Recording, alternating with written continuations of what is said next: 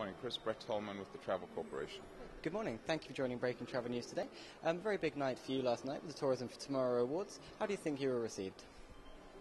I think the awards are incredible, but as we discussed last night during our back and forth with Rajan from BBC, there's so much still to be done in terms of sharing those messages, getting more people aware of and involved in sustainability, and most importantly, that's our travelers, obviously.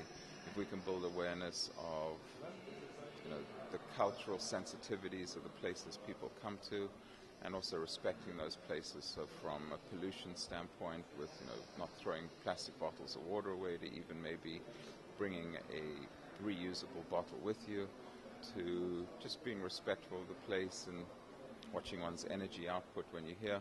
We obviously are in the travel and tourism business, so we very much want people to come to these places.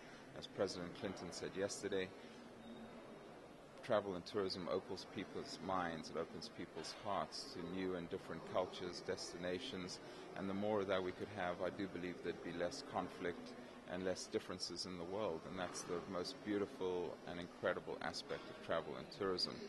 But as we all know, there are finite resources on this planet as we get continued population growth, and there's also the aging population issue. So we certainly anticipate that travel will continue to grow, but it has to be done responsibly and it has to be done carefully, because we cannot destroy the places that people want to see and go to. Do you feel the momentum is in the right direction, though? Perhaps these areas were tick boxes on a corporate agenda a few years ago, but now it's a much more significant issue.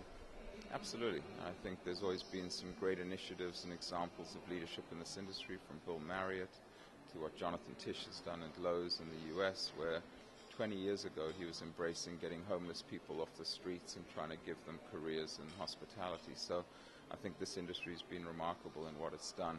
I don't think it's about us as an industry, though. I think it's about us as a global population needing to all be more involved in the preservation of our planet, and that's where the conversation really needs to go, because none of us are doing enough, and time is slipping away from us, and therefore the focus and all of our efforts should not be on how well we're doing, but how much there's still to be done. We're here at the WTT Conference 2013 in Abu Dhabi. How important do you think forums like this are for the tourism industry in getting your message to the governments around the world?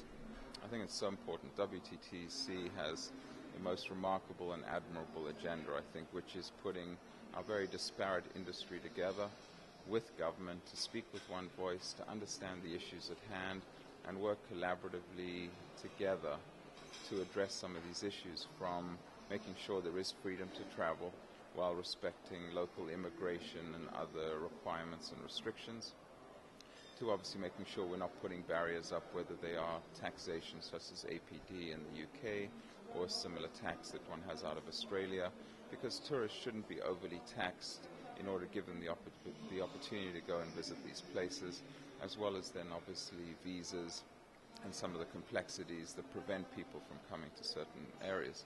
And then obviously holding a summit like this in a place like Abu Dhabi that has created a remarkable mecca for tourism just over the past 10 years, and part of the, I think, amazing heritage and history of WTTC has helped put places like this to China. We're going to be in Hainan province next year for our global summit, helping put them on the map and recognize what amazing destinations these are, and that the governments really embrace and support tourism. And so it's as important to obviously come here as it is to the US, as we did a couple of years ago, to South America previously.